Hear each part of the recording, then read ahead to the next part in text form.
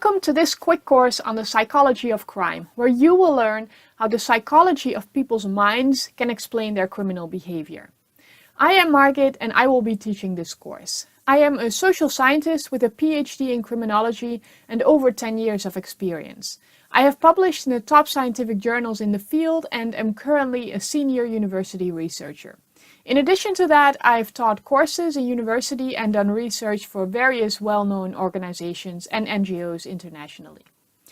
I made this course for anybody who wants to be able to speak about the psychology of criminal behavior like an expert. At the end of this course, you can talk about current hot criminological topics with confidence. This course is a section for my full online course on criminological theories, but it also works as a standalone course for anybody who wants to get a first look at the mind and criminal behavior. And just because I think this stuff is so interesting, I've added in 7 extra lectures that are not available in my other course. We'll look at questions like what are the psychological causes for why some people commit crime and others don't?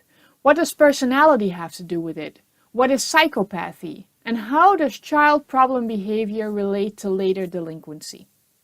The ideal students for this course are psychology or criminology students, social workers, people who work in law enforcement, and more in general, people who like to learn more about the psychology of crime without having to enroll in a full college course.